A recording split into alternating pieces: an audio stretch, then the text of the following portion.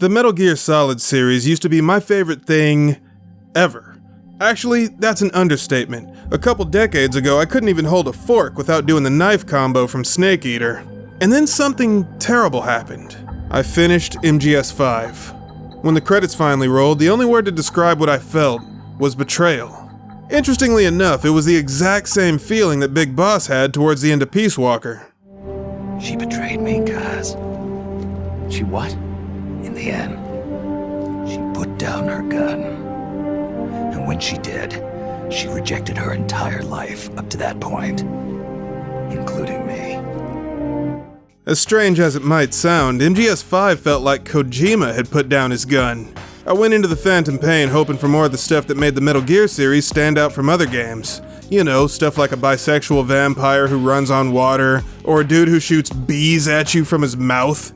Unlike the other games in the series, the final entry was pretty bland and dry, and that felt like false advertising. I mean, how can you call the game Metal Gear if it doesn't have any of Metal Gear's trademarks?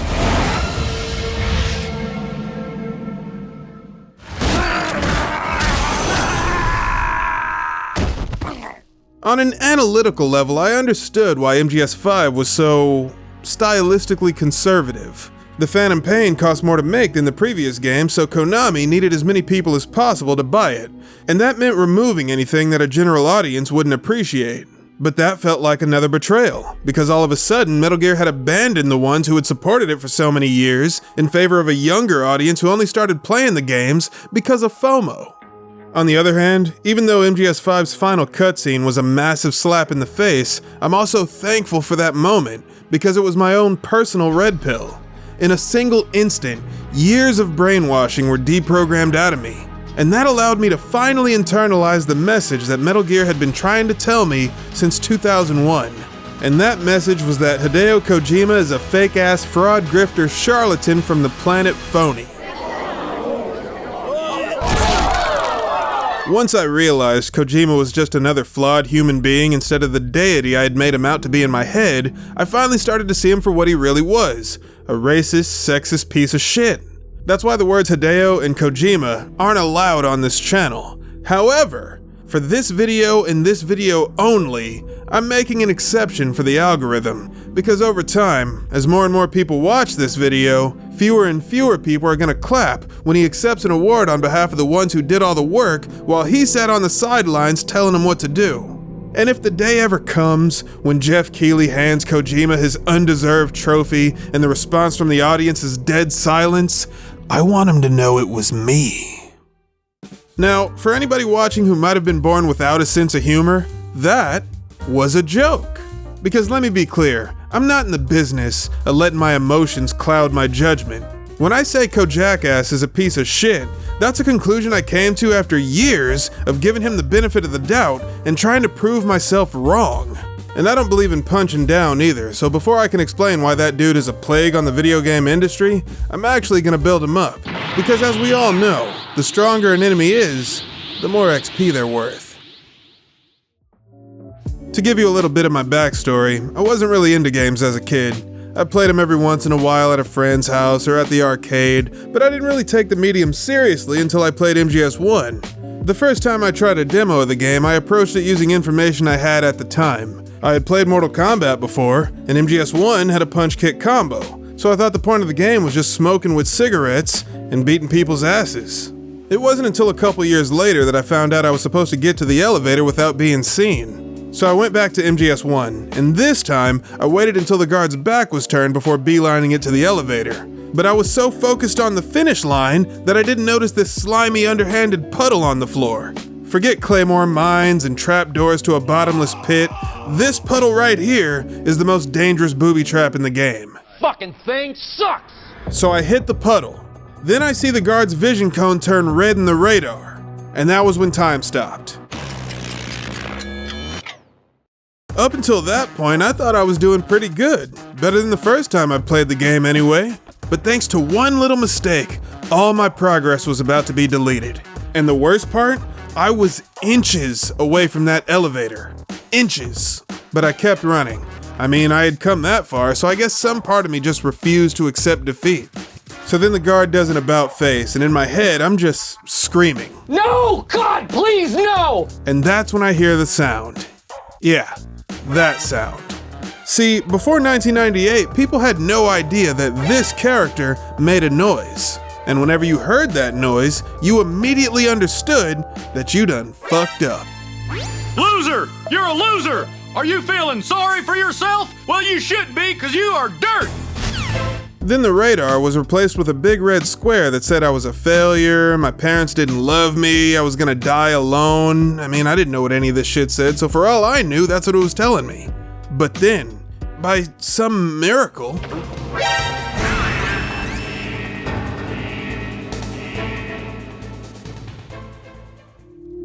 when the title of the game appeared, I had to manually reboot my respiratory system. I had been holding my breath throughout that entire sequence of events as if I was hiding from somebody in real life. You know that thing people do where they hold their controller off to the side as if that's gonna make the character in the game jump farther? It's the same phenomenon. That's what lets you know that the player has completely bought into the simulation.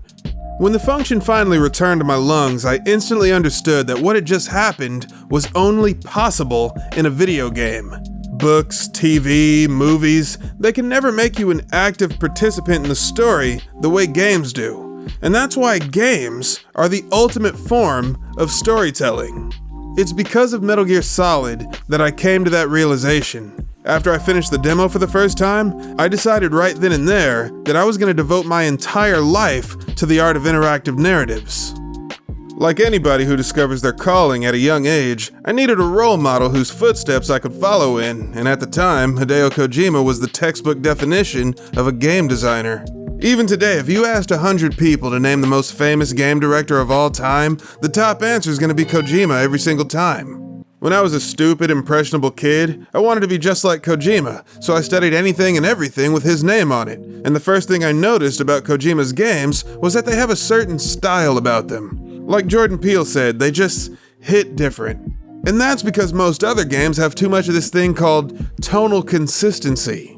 I know that sounds like sarcasm, but I'm serious. Aside from the Phantom Pain, most of the main entries in the Metal Gear series send the player on a much crazier roller coaster of emotions than the average game. I mean, how many creators would be so bold as to tackle a subject as heavy as nuclear proliferation and juxtapose that with a pee-pee poo-poo joke? That's gotta be one of the reasons why Kojima's fans are so protective of him and his works. His games open your mind to the possibilities, and they leave such a lasting impression on you that you wind up associating his creations with the happiest days of your life. Some people criticize Kojima by saying everything he's ever directed is just an amalgamation of movies he likes, but that's actually a sign that he's good at his job. Borrowing ideas that inspire you and repurposing them to give rise to something new is exactly what the best creators do. As the saying goes, good artists copy, great artists steal. And I guess Kojima interpreted that quote to mean he should steal all the credit from the people who work for him, but I'm getting ahead of myself. The best thing I can say about Kojima is that his creations have inspired people all over the world, especially me. 25 years after playing MGS1 for the first time, I look back at all the things I've accomplished in the video game industry, the life I've led, the friends I've made. So much of who I am is just because of the words a Hideo Kojima game. そうだな。俺は小島監督の影響で日本語を学び始めたんだ。そのおかげでメタルギアを完全に理解できるのは俺だけさ。俺だけが英語でも日本語でも読み解けるから。このチャンネルを見るときにただ一つの小さな情報を覚えてもらおう。メタルギアの伝承係が一人しかいない。Imagine how your average Kojima fan must feel when somebody like me comes along and goes, hey, you know that guy who gave you some of your favorite gaming memories and who captivates your imagination by instilling you with an ethereal sense of wonder?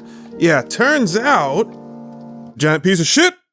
Look, I understand the predicament that I'm putting people in. For me to run a smear campaign against somebody that the majority of the video game industry reveres as a creative genius, there's no way for that to come across as anything except contrarianism for the sake of contrarianism. It's like I'm trying way too hard to be different, or I'm trying to drag people down and make them just as miserable as I am. That's why it took me over 5 years to make this video. Kojima has such a cult of personality about him that his supporters function like an actual cult. For every person who's willing to have a civilized conversation about this, there are 100 people who are rushed to defend the guy, no questions asked. And that made me feel like there was no point in even bringing this up, because in this day and age, it doesn't matter what you can prove. All that matters is what the majority of people believe. People comment on videos like this all the time and say it's not that serious. They say it's just a video game, so who cares? And honestly, I'm jealous of people like that. Because ignorance is bliss, right? And it must be pretty fucking blissful to not have anything important enough to you that you would fight for it. Unfortunately for me, I give a shit about video games. I give enough of a shit that I can't hold my tongue when I see the medium being polluted from within. And the crazy part is, it's because of Kojima that I care so much in the first place. So if anything, he brought this upon himself. Hideo Kojima is a racist, full stop. And before some idiot says that all Japanese people are inherently racist, or Japan has different cultural values than the West when it comes to skin color, just shut the fuck up. Forever. Generally speaking, it's true that Japanese people are ignorant of other cultures, and that often leads to offensive or stereotypical depictions of non-Asian and non-Caucasian characters. But again, that's because of ignorance. It's not intentional, there's no malice behind it. Kojima takes things several steps beyond regular-ass ignorance. His creative decisions have repeatedly demonstrated his conscious and intentional disdain for brown-skinned people. Let's start with Sniper Wolf, a blonde-haired, blue-eyed woman from the Kurdistan region of Iraq. To be fair, there are in fact Kurdish people who look like Sniper Wolf, but they're in the vast minority. In order to find a Kurdish woman who looks like this, you have to ignore all the people who don't. That makes Sniper Wolf's character design feel unnatural, because somebody made the conscious decision to make her look like that, instead of what would statistically be more likely. When you have a single character from a certain culture, you should try to make sure that that character is an accurate representation of as many people who belong to that culture as possible. And you also have to avoid any negative stereotypes associated with that culture. If you can't be bothered to even try, then you have no business creating that character in the first place. Obviously though, character design in a big-budget video game is a collaborative effort between the director and the art team. This is especially true of Kojima, because his only real talent is telling other people to make things for him. In an interview with Ignorant Garbage News, Yoji Shinkawa describes his creative process. With Sniper Wolf, Kojima actually asked for a guy, but then I said, what do you think about a young lady with a sniper rifle? And he was like, oh great, let's do that. So there are times when I come up with my own ideas or my own characters to put in the game. I don't come up with any of the lines or how they actually speak. My job is to make illustrations that inspire Mr. Kojima. From that, you might think that Shinkawa should share some of the blame for drawing Sniper Wolf that way, but that's not how it works. As the director, Kojima has final say over every decision made during production, and when something goes catastrophically wrong, it's the captain's job to go down with the ship. Besides, it's impossible to know if the character design for Sniper Wolf was finalized before her backstory. Whatever the case may be, I just can't abide by Kojima looking at this person and saying, hey, you know where she could be from? The Middle East. The 90s were a different time. I get that. And it's not like Kojima's the only director in history to ever be guilty of whitewashing. If Sniper Wolf was the only character in a Kojima game with distinctly European features from a country with a predominantly brown-skinned population, I could easily overlook this entire thing as an honest mistake. But it wasn't a mistake, because this stupid motherfucker kept doing that shit throughout his entire credit-stealing career. On the Japanese website for Metal Gear Solid, Naomi Hunter is described as a beautiful scientist with brown skin, which is just surreal to read for so many reasons. Like, why is her skin color even mentioned in her character bio? She's the only character who's described like that on the website. But the absolute strangest thing about Naomi Hunter is that ain't a damn thing about this woman that could even be interpreted as suntanned, let alone brown-skinned. It feels like whoever wrote Naomi's character bio had to include that line because if they didn't, everybody would assume she's 100% European. And that's exactly what everybody did assume until she dropped this line later in the game. I was found in Rhodesia sometime in the 80s. A dirty little orphan. Rhodesia? What's now known as Zimbabwe? Yes. Rhodesia was owned by England until 1965, and there were lots of Indian laborers around. That's probably where I got my skin color from, but I'm not even sure about that. Quick question, what skin color? There's not a single person on the planet who would ever guess that this character had any Indian in their DNA. In the game, Naomi explains that she was found in Rhodesia, an African country whose population was 93% African. At the time Naomi mentions, less than 1% of the population originated from Asia, but the idea that she might be part black never crossed her mind. No, in her eyes, being part Indian was more probable. Hey, anybody got a prostitute Kit Kat? 'Cause give me a fucking break. In a different interview with GameSpot about the design process, Yoji Shinkawa explained that it doesn't take a lot of time to create male characters, but female characters can take months before Kojima's satisfied. Shinkawa adds, "To be honest, I think characters like Rose and Naomi are Mr. Kojima's ideal women, but they're not my ideal women. You know, Mr. Kojima likes those intelligent scientist types." I could read into that more deeply and say Kojima's ideal brown-skinned woman is actually white, but I'm gonna keep it moving because admittedly, Sniper Wolf and Naomi Hunter seem accidental. Those two characters alone aren't enough for me to call Kojima a racist with conviction. Raiden, on the other hand, is a completely different story. Raiden by himself is enough for me to call Kojima a punk-ass little bitch for the rest of all time. Raiden just might be the most racist creation in video game history. The character's from Liberia, a country whose population has been over 99% people of African descent from the very beginning. In 1989, when Raiden first fought as a child soldier, finding a needle in a Liberian haystack would have been 100 times easier than finding somebody who looked like him. But that's not even the problem. The problem is the decision to reference the country of Liberia in the first place. See, Liberia was founded in the 1800s as a country for black people hoping to escape enslavement and segregation in the United States. So back in the day when a Klansman told a black dude to go back to Africa, sometimes they did. Unfortunately, the Liberian settlers based their new government on the same country they were trying to get away from, and they wound up repeating the same atrocities against the native population that America did. This resulted in the natives revolting against their oppressors in the Liberian Civil War, one of the most horrific conflicts the African continent has ever seen. In the modern day, conditions in Liberia are improving, but because Europeans ransacked all of Africa for hundreds of years, progress hasn't been as quick as it should be. One of the things holding Liberia back is its own bloody history, which, I'll remind you, was the result of people seeking life, liberty, and the pursuit of happiness after being denied those rights in the so-called Land of the Free. Liberia's entire existence is directly tied to the oppression of black people, and its citizens are still dealing with the aftermath of the country's founding and the wars that followed. But Raiden is divorced from all of that. He's a tourist, except he travels light because he carries absolutely none of Liberia's historical baggage. Out of all the countries to put in a character's tragic origin story, using Liberia specifically as a catalyst for the development of somebody who looks like Raiden is just some bullshit. That's the only way I can describe it. Because if Raiden had been a child soldier in Eastern Europe or something, the story would have been the exact same. And it would have been a hell of a lot more believable. So why in the hell would you do something so fucking brain dead as to put a country whose entire existence revolves around black identity in the backstory of a character who looks like Owen Wilson and Meg Ryan had a miscarriage? What your ass say? Some people might say that Raiden isn't an example of whitewashing because the games directly reference his skin color, like in Metal Gear Rising where Jack the Ripper's appearance gets called out by Mistral. Liberian, but white as snow. That scene doesn't count though because Kojima didn't write or direct Rising, so none of his fanboys regard it as canon.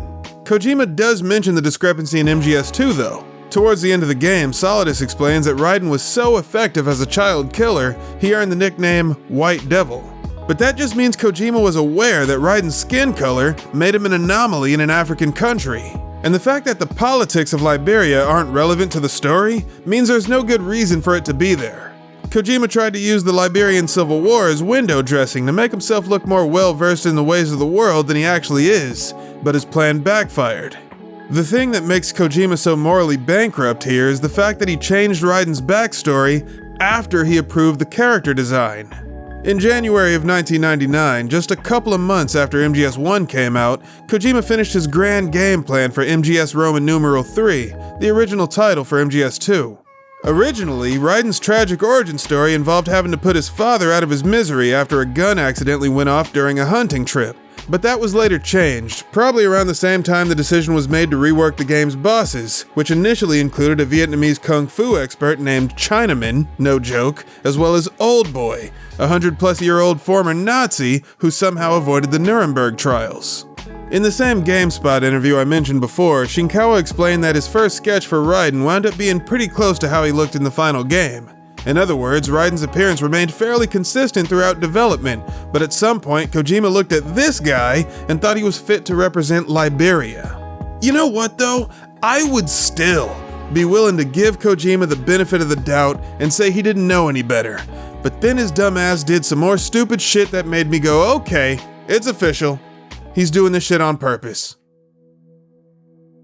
Putting Liberia in Raiden's backstory? Pretty stupid, but Kojima did technically acknowledge in the script that Liberians don't typically look like that. It'd be another thing entirely if Kojima wrote a blonde-haired, blue-eyed character who was embraced and accepted as a native citizen of a predominantly brown-skinned country. And that's exactly what he did. In the opening to Peace Walker, we're introduced to Paz Ortega Andrade, someone who we're told is a 16-year-old high school student from Costa Rica. Paz turned out to be a double agent in her 20s, and in the story, this is treated as if it's supposed to be a big surprise. But for everybody with 2 functioning brain cells, that really broke their suspension of disbelief, because they had been suspicious of this girl being Costa Rican from the second she showed up in promotional material. But Peace Walker didn't stop there, not by a long shot.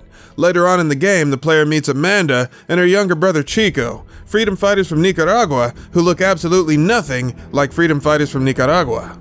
Now, I'm fortunate enough to live near a port city in California, so I'm constantly exposed to different cultures from all over the world. Because of that, I've had tons of opportunities to talk to people from other countries about how their culture is represented in the media. And I do this a lot because accusing somebody of racism isn't something I take lightly, so I've been collecting data for years to make sure I wasn't going into battle with an empty mag. Whenever I meet somebody from Costa Rica, I ask if I can show them a video game character from their country, because I want to know if they think the character's a good ambassador for their culture. People are always excited to give their thoughts too, and before I can show them anything, you can tell from the hopeful smiles on their faces that they're picturing a character that they can be proud of in their heads. Then I show them a picture of Paz, and every single time, that hope is immediately drained from their eyes. Sometimes I find myself in a room with several people from various parts of Central and South America. I'll show them this picture and ask them to tell me what country they think this kid's from. Most people say Ireland, a couple people say Germany, but no one has ever guessed that he's from a Spanish-speaking country. Not once.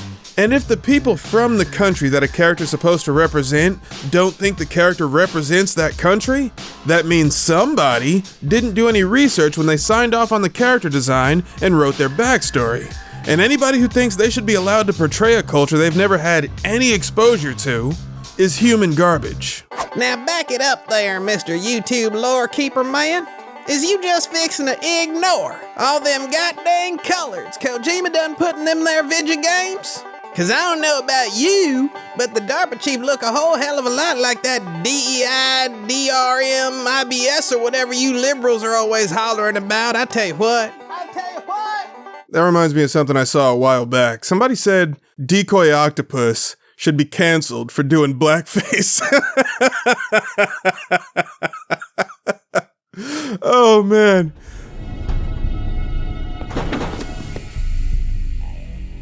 Whoa, is that fucking blackface, dude?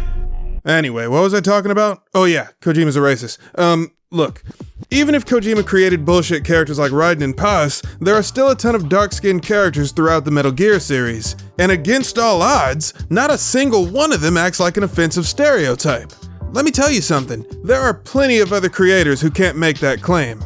So how can I accuse somebody of being racist when they've clearly demonstrated their ability to respectfully include people of different racial and cultural backgrounds in their games?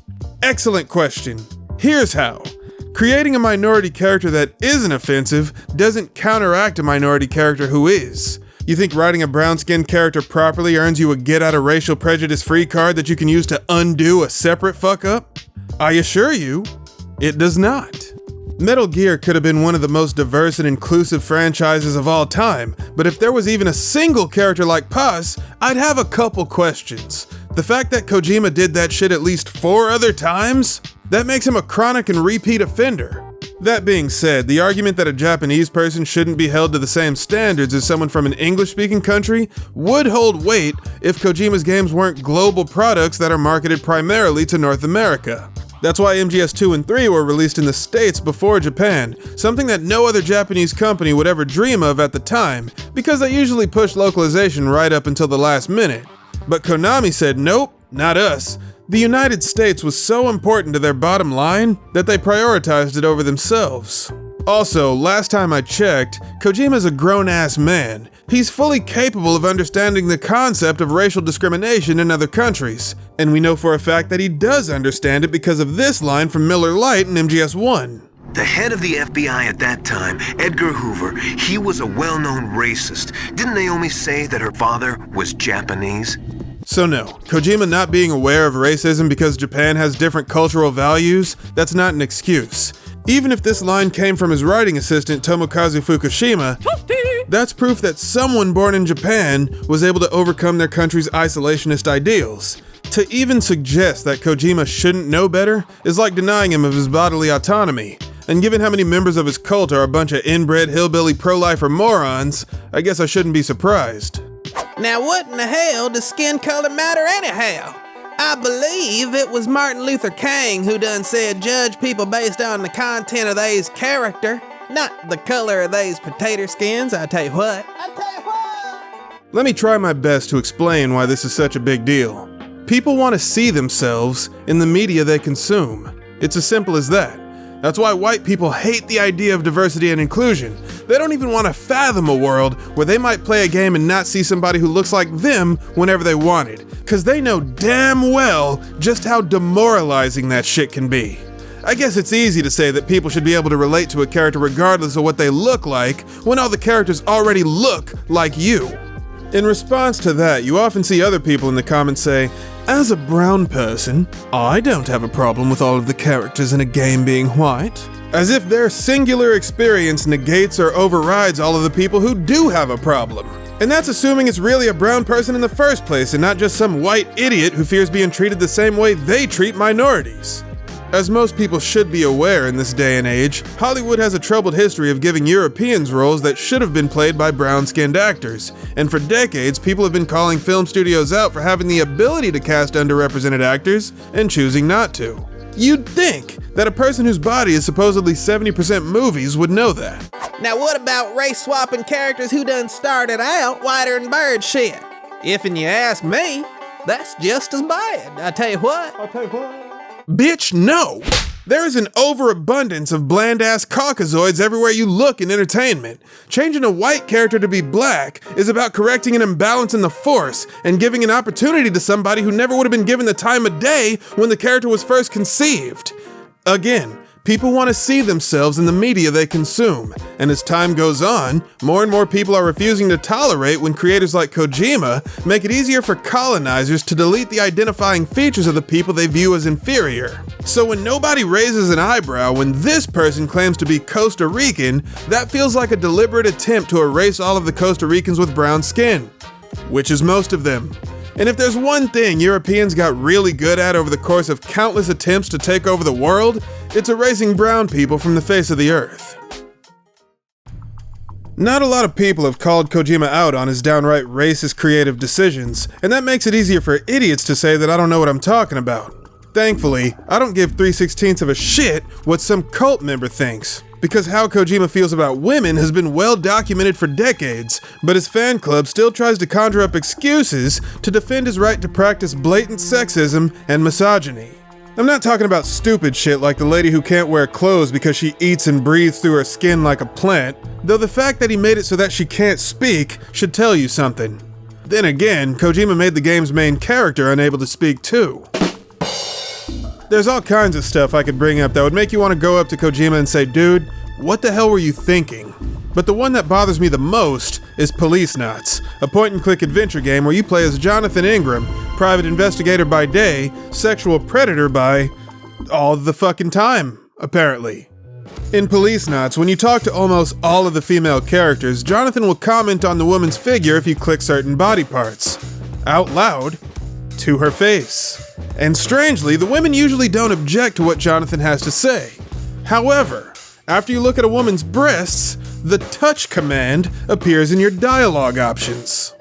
To be clear, the touch command is completely optional, but before recording this, I watched 10 different playthroughs of the game, and I didn't see a single person skip the option when it was available.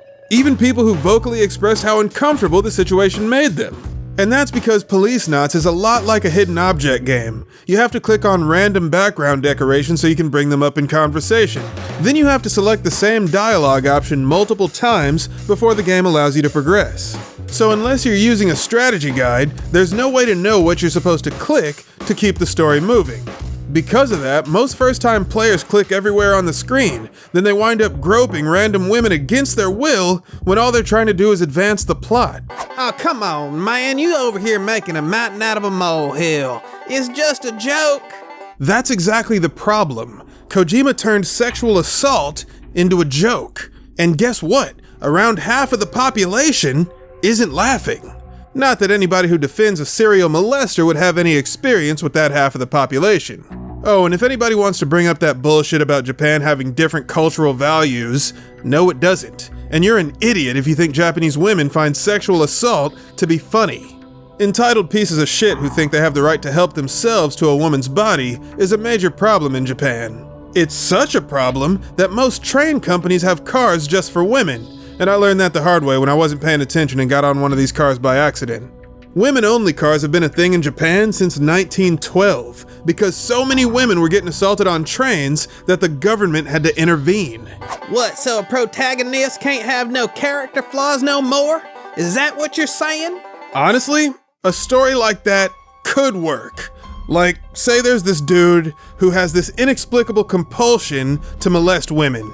It sounds horrible hearing me say it out loud, but just look at American Psycho. Patrick Bateman is a million times worse than a dude who can't stop copping a feel, and that story's a masterpiece. What would make it work as a flaw is if the protagonist was forced to face any sort of consequences. At all. Or in the case of American Psycho, the lack of consequences is commentary about the flaws of society. Yeah, that doesn't happen in Police Knots. Every time the main character touches a woman without their consent, it's played for laughs. It never costs him any professional opportunities or personal relationships, and none of the women ever report him. Because who would they even report him to? The police? Knots? First of all, despite no longer being on the police force, Jonathan still wears his badge, so anybody meeting him for the first time would naturally assume that he is the police. Secondly, Jonathan's best friend Ed Brown actually is an active duty detective who watches Jonathan do it. And every time the dude molests somebody, the cop looks at him like a sitcom dad who just caught him with his hands in the cookie jar. Like he just shrugs and says something endearing like, "Well, that's our Jonathan for you." Oh, Jonathan. At one point in the game, Officer Brown invites Jonathan over for dinner, and they're greeted by Brown's 16-year-old daughter who, for whatever reason, walks around the house in her gymnastics uniform. When everybody sits down to eat, Jonathan preys on this little girl like a vulture. While sitting directly across from her father, Jonathan says to the child that she looks more appetizing than the food on the table. Now hold on just a goddamn twinkie-dink. Ain't the age of consent in Japan something like 13, 14, somewhere around them parts? Nope. Nuh-uh. In 46 out of 47 prefectures, it's been 18 since the 80s. So to everybody out there whose parents aren't blood related, if you ever see somebody with this guy as their profile pic, run the fuck away. Because here's how that dinner scene should have played out, which I'm sure you'll agree is strikingly well cast. She is 16 years old. What is wrong with you? That little girl is a child. I don't want to see you sniffing around her anymore this afternoon. Do you understand? Yes, boy, have you lost your mind? Because I'll help you find it. So why am I bringing all this up now, over 30 years since Police Knots was first released? Well, it's because people never shut up about it. Whenever somebody even mentions Metal Gear or Kojima, some bitch-ass idiot fanboy makes a video calling the game a masterpiece. And people are always curious about this game because it was never officially released outside Japan. But at least now you know there's a good reason for that. I think it's a major problem when people constantly shower this game with praise instead of adding it to the disgustingly long list of Japanese games that allow you to play as someone who shouldn't be allowed within 200 feet of a school. If you're watching this video, it's because my opinion of Hideo's Kojackass hasn't changed, but I will gladly delete this video and issue a public apology if Kojima does two extremely simple things. First, he has to acknowledge the racist and misogynistic creative decisions he's made in the past, and ensure that he'll never do anything like that again. Second, he has to give credit to all the people who work for him whenever he makes a public appearance. All he has to do is thank his team at the next Game Awards. That's it. Obviously, that would be after Jeff Keighley peels his lips off of Kojima's asshole. I feel like that's more than fair. But none of that's ever gonna happen, specifically because of people like Jeff Keighley. I know I give Kojima shit for hogging other people's credit, and he does, but shape-shifting reptilian humanoids like Jeff are the ones who enable that behavior in the first place. In order for Kojima to be ashamed of his words and deeds, someone needs to call him out on his bullshit. But Kojima never responds to the public unless the questions have been filtered through Jeff Keighley first, so both of those stupid motherfuckers are made for each other. I really don't care if I'm the only person on the planet who holds a grudge against the video game industry's favorite son. So understand that I'm not trying to convince anybody or change anybody's mind. However, I do want to send a message to a very specific group of people, and it's not the ones who are so deep in the cult that they're beyond saving. I'm not talking about people who are just as sick of Kojima as I am either. No, this is for everybody out there who can watch this video, agree with everything I said, and then continue to let that man live in their heads rent-free. The next time you go to post something with his name on it, if you're even marginally concerned of the possibility that you might be giving free advertising to a racist, misogynistic credit thief, and then you post it anyway, congratulations. You just discovered exactly what kind of person you are. Giant piece of shit!